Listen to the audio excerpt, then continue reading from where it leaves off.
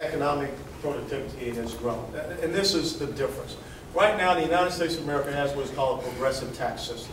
And of course, when we created the 16th Amendment, we created the IRS and the individual tax. We started to tax people for their productivity instead of taxing people for their consumption. There are 6 different tax brackets that we have, starting from a 10% tax bracket up to, I believe, a 38% tax bracket. Now, this is the truth. These are the facts. The top 1% of wage earners in the United States of America pay 38% of federal income taxes.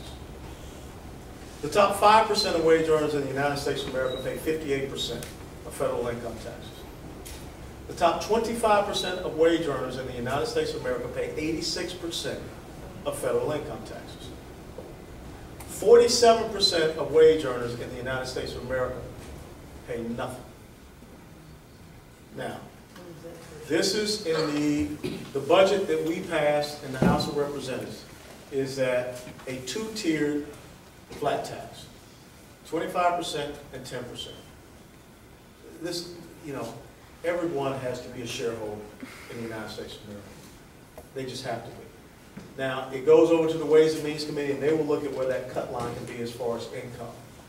But if you continue to talk about raising taxes on these top brackets, small business owners operate as subchapter S or LLCs. That means they use their personal income tax rate. So if you want to raise taxes on these upper tax brackets, then you raise the taxes on him, the small business owner, 4% to 7%. Then what is that going to do on top of the high gas prices you have to deal with? You're out of business, okay? So that's why we're talking to move into a flat tax. Now, there's another thing out there called a fair tax. Fair tax is also what they call consumption tax, which means you tax people based upon the goods and services that they're purchasing, which means we go back to kind of like the way it was before the 16th Amendment. Now, this is the problem that I see. If you all of a sudden come out and start telling the American citizen, especially the American citizen that has never been paying federal income taxes, that all of a sudden they're going to be paying like 20 to 23% on commodities, so people are going to freak out, okay? So I think a flat tax is a good transition for us if we do want to maybe get one day down to a fair tax, which is truly the most equitable thing. You can't have an underground economy or anything like that because everyone's going out and buying something. But we got to make sure that if we get to a fair tax, it has to truly be fair for all income levels so that we don't put an undue stress on folks. But I'm a big proponent of a flat tax system. And I think that would be very good for us. And just the same, a corporate business tax rate that we have at 39.6%, I believe we should bring it down anywhere from 20 to, the House budget was 25%. And then you can reduce or lower all of those loopholes that corporations are using anyhow. But for the personal income side of the house, keep those 3 very good deductions. Child tax credit, mortgage interest tax deduction, and charitable contributions. So pay attention to that because we have got to reform the tax system in the United States of America. You guys remember the movie Ben-Hur? Yeah. Okay, remember when Ben-Hur was, sentenced to row for the rest of his life on the Roman galley, and, he had the number 41. Okay, imagine this. Imagine being on that Roman galley, and one half of that galley is Roman. Not the other side. The boat goes in a circle. Then what happens when one day that one side of the Roman galley looks over and says, we're not going anywhere. And I'm getting tired of rowing. And they look over these guys and they say, I'm not rowing either. What happens to the boat? Dead in the water. You know what they say out there in the Navy? What? You're dead in the water. And then guess what happens? You get rammed. Everyone has to row on this ship of state that we call the United States of America. Or else we don't go.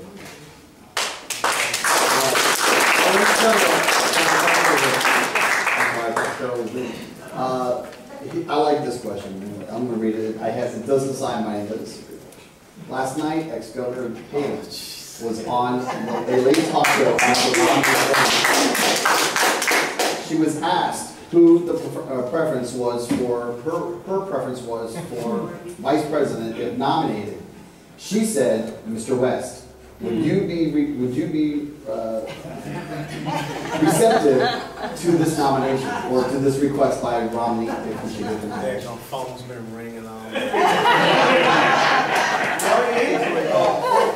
I mean, you'll make it easier for our next guest, Patrick Murphy, to come in if you. Yeah, I'm sure he would like that, or either me have an accident on my motorcycle. Look, 5 years ago, none of you knew who I was. I was in a desert far, far away from you, doing the thing that I've always sought to do my entire life, the thing that my father sought to do, my brother, my nephew, and serve this great country. So standing here today, if people believe that I have the capability and capacity to be able to serve this country at a higher level, first thing you do is you go to your knees in prayer.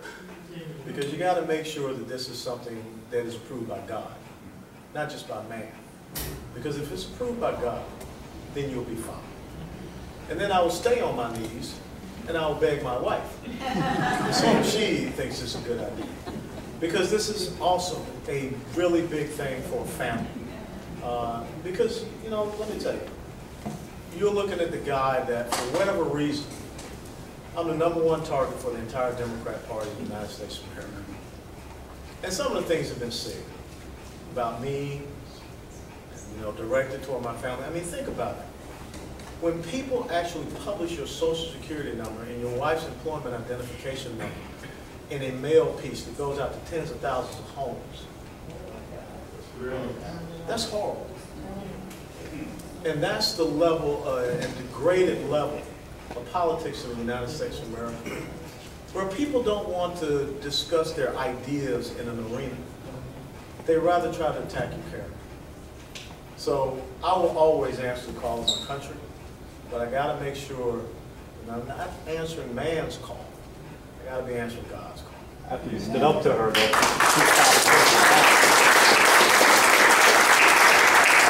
Moving back here, we have 2 questions, and then I have one more, so 3 more. Fred here has a question on, what about drug activity? And the young man right here that's in the BDU uniform, come here for a minute. It's Air Force. Be careful. You're in high school? Yes, sir. ROTC? Yes, sir. Let me tell you something. Back in 1976, I was the exact same thing. I started off in high school ROTC, Henry Grady High School in Atlanta, Georgia. I still remember my instructors, Lieutenant Colonel Pagonis, Major Heredia, Master Sergeant Buchanan, Sergeant First Class McMichael, because they saw something in me as a young man from the inner city of Atlanta, Georgia. They made sure that even though I had good parents at home, that I stayed on the right track in school. This young man is going to end up being the future leader in this country. And that's why we have to support programs like high school, junior ROTC, because our young people are looking for positive reinforcement. They're looking for discipline. They're looking for people that want to keep them on the right path. And if we don't allow programs like this to continue to thrive in our high schools, then they go to the negative reinforcement and to the negative groups.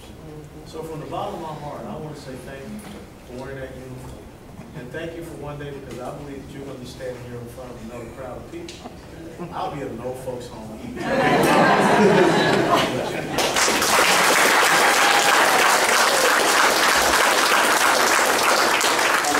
This is Fred on drug activity. yes, there's quite a bit of drug activity in this development. I don't know if everybody knows, but I'm aware about it. No. I go down to the park.